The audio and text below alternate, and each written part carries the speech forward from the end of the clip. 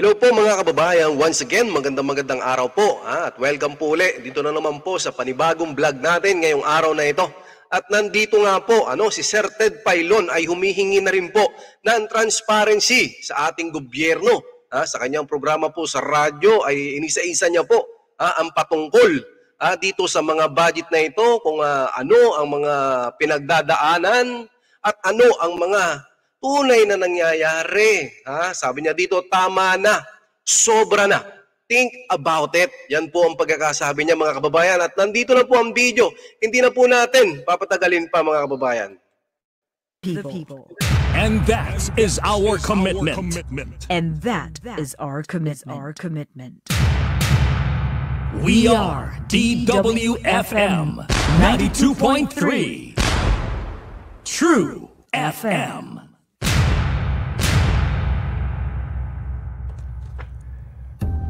Nakasaad po sa ating saligang batas sa ilalim ng Article 6 ang kagawarang tagapagbatas, Section 16, Number 4, ang mga sumusunod.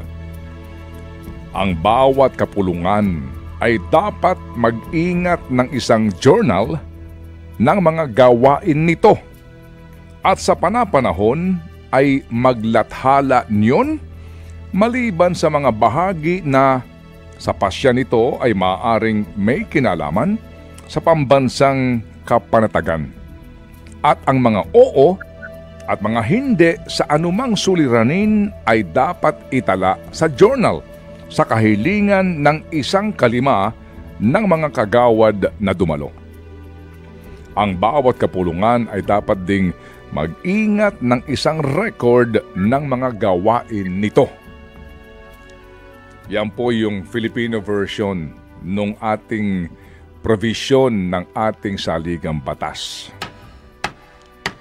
Sa simpleng salita, iminamandato ng ating pong konstitusyon na maliban lamang sa usapin na may kinalaman sa pambansang seguridad, ang lahat ng mga pinag-uusapan sa bawat kapulungan ng Kongreso ay may kaukulang record, transcript, kumbaga minutes of the meeting.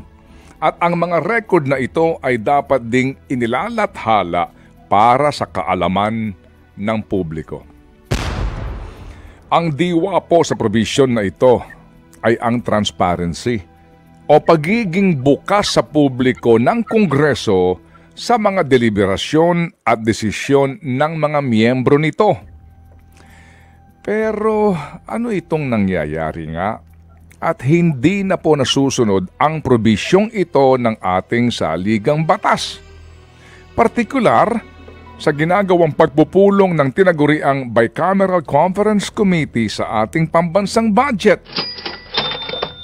Binubuo po ito ng mga piling-piling miyembro ng Kamara de Representante at Senado. Ang leader ng delegasyon ng Senado ay pinamumunuan ng kanilang Committee on Finance Chairman, habang sa mababang kapulungan po naman ay ang chairman nga ng Committee on Appropriations. Sa amin pong panayam kay dating Senador Pamphilo Ping Lacson na nakailang ulit nang naging parte ng delegasyon ng Senado sa Bicameral Conference Committee, pinakamasikretong araw ang Bicameral Conference sa budget.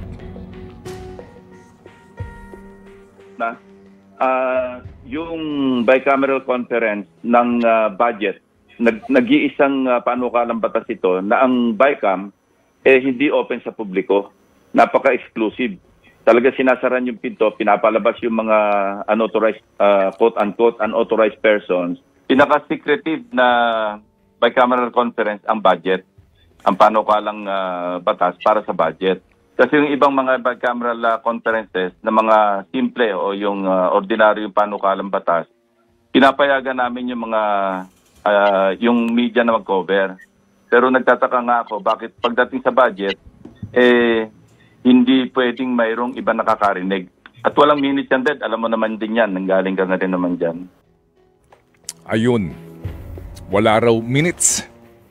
Walang transcript. At kumpara nga po sa mga pangkaraniwang batas na dumadaan sa Bicameral Conference Committee, bukas ang pagdinig sa publiko. Kung kailan naman pera ng bayan ang pinag-uusapan, ito ay sikreto. Habang si Senator Coco Pimentel, na tumatayo ngayong leader ng minorya sa Senado, ay nagdidiin na hindi dapat nagmimistulang Third House of Congress ang BICAM Committee sa budget na makapagsasaksak ng dagdag na gastusin na hindi naman orihinal na napag-usapan sa hiwalay na deliberasyon ng Kongreso. Pagdating ngayon sa BICAM, ang purpose kasi ng BICAM, i-harmonize yung different versions. Diba? Kasi kung wala naman diferensyang version, ang mga version ng panukalang batas, di wala ng BICAM. Ibig sabihin, pag magtawag ng BICAM, iba ang version ng Senate, iba ang version ng House. So pagdating ngayon sa budget, magkaiba. Expect na natin yun kasi nga sa laki ng budget, ang daming items of expenditure dyan. Dapat ang BICAM, hindi siya pwedeng maging third house ng Congress in the sense na sa BICAM lang na invento ang isang expense item. Kasi kung sa BICAM lang maimbento yan, ibig sabihin sa oras na pending sa House yung budget, pending sa Senate yung budget, wala sa consciousness namin ng mga mambabatas yung programa na yun kasi hindi linabas yung barahan na yun eh. So hindi pinag-usapan ngayon yun. Dati na pong kalakaran yan sa Kongreso.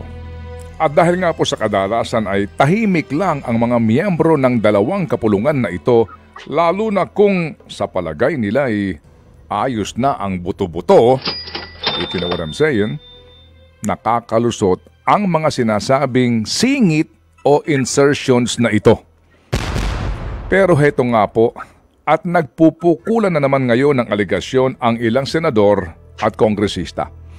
Bakit biglang nagkaroon ng 26.7 billion pesos na budget para sa AKAP o Ayuda para sa Kapos ang Kita program, gayong wala naman ito sa National Expenditure Program o NEP o sa mismong panukalang budget na isinumite ng Pangulo sa Kongreso? Sinasabi ng ilang senador, wala ang AKAP maging sa naging pagpupulong ng Bicameral Conference Committee sa budget. Umano'y naisahan sila. Hindi nila alam na may isiningit daw ang mga congressman na pondo para sa AKAP nang binuo ang final report ng BICAM. Ang buweltaho naman ng mga congressman, anong hindi nyo alam pumirma kayo sa report. Subalit mismong si DSWD Undersecretary Fatima Alaya de Maporo sa hearing ng Senado ay nagsabi na ang AKAP ay wala sa isinumiting panukalang budget ng DSWD. AKAP ika niya is just as foreign to DSWD. Alalahanin po natin na ang panukalang pambansang budget ay dapat dumaan na sa mahaba, masusi at masinop na proseso bago pa man maihain ng ating Pangulo sa Kongreso. Nagsisimula ito sa pagpupulong ng Development Budget Coordinating Committee na binubuo ng Secretary ng DBM, Finance Department, Bangko Sentral Governor, NEDA Director General at tanggapan ng Pangulo. Sila ang sisiguro sa mga economic target at kung papaano mapopondohan ang bawat gastusin ng pamahalaan. Bago mabuo ang National Expenditure Program o NEP at ang General Appropriations Bill, may tinatawag pa ang DBM na budget call sa lahat ng government agencies at pinagsusumite ang mga ito ng mga detalyadong plano para sa lahat ng mga proyekto at programa na poponduhan ng gobyerno. Bakit nga may sumulpot na AKAP na ang pera ay 26.7 billion pesos. Ito po'y naalantad sa pagpapatuloy ng investigasyon ng Senado sa People's Initiative kung saan lumalabas na ginagamit umano ang mga programa at pera ng gobyerno bilang panghikayat sa paglagda sa isinusulong na People's Initiative ng grupong pirma. Kung hindi pa nangyari ang investigasyon na ito sa People's Initiative, walang kaalam-alam ang mga Pilipino na nakapagsingit ng 26.7 billion pesos sa pambansang budget para sa DSWD na umaamin na walang kaukulang plano sa pagpapatupad ng akap na ito. Sa pangyayaring ito, dapat nang magising ang bayan at makiisa sa panawagan na panahon na para tuldukan, ihinto, para nga tapusin na ang maling kalakaran na ito sa Kongreso. Huwag nating kalimutan na ang mga singit sa budget o insertions kung tawagin, na ang halagay bilyon-bilyong piso ang pinagmulan ng Pork Barrel Fund Scam. Katunayan, hindi lang po 26.7 billion pesos ang naging insertion sa 2024 national budget.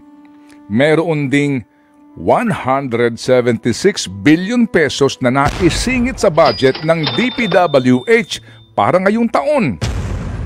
At inaamin mismo ng Sekretary ng DPWH sa aming timpong panayam na wala rin yon sa kanilang kaalaman, na ang 176 billion pesos na isiningit na budget para sa DPWH ay walang program of work. Sa pangyayaring yun, may reaksyon si former Senator Ping Lacson. Paano ma-implement kung walang program of work? Yun ang unang tanong. Ibig sabihin, may paggagamitan na iba. O kaya, ito na yung tinatawag nating post-enactment, yung post-legislation na implementation. Ibig sabihin, balik na naman tayo sa pork barrel. Ibang anyo. Alam mo, Ted, maski lagyan mo ng lipstick at makeup ang baboy, anong itsura nun? Di ba baboy pa rin?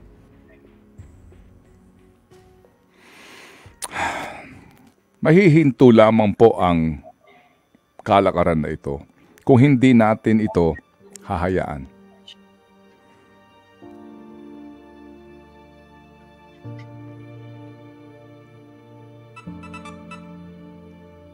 Mahihinto po lamang ang kalakaran na ito kung hindi ka papayag. Huwag na kayong manahimik. Huwag na kayong pumayag. Huwag na tayong pumayag. We must demand transparency in the budget process. Magmula sa budget preparation, budget authorization, budget execution, hanggang sa accountability. Pagpapanagot sa mga umaabuso, nagsasamantala, nagwawaldas at nagnanakaw sa pera ng bayan. Huwag tayong pumayag sa mga pasikretong pagdinig na ginagawa ng Kongreso. Makialam. Pag-usapan ninyong magkakapamilya, magkakaibigan, magkakasama sa opisina.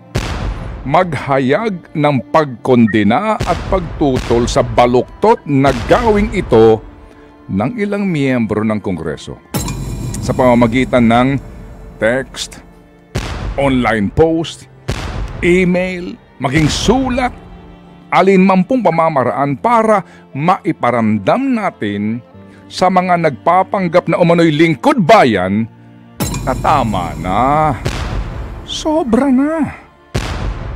Huwag niyong subukan ang pasensya ng bayan. May hangganan din ito.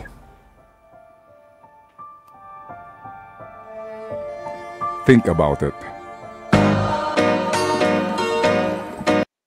So yan po mga kababayan, napakaganda po ng mensahe ni Sir Ted Pailon sa atin ngayong araw na to. Tama na, sobra na. Kailangan po natin na humingi na ng transparency dito po sa mga tao sa gobyerno. Sana po mga kababayan, marami po kayo natutunan dito po sa video natin na ito. Muli, maraming salamat po sa inyo. Magandang araw po. Mabuhay po kayong lahat. Mabuhay po kayo. Sir Ted Pailon and DJ Tacha, mabuhay po ang inyong programa. Maraming salamat po mga kababayan ko. Mahalin po natin ang Pilipinas. Magandang araw.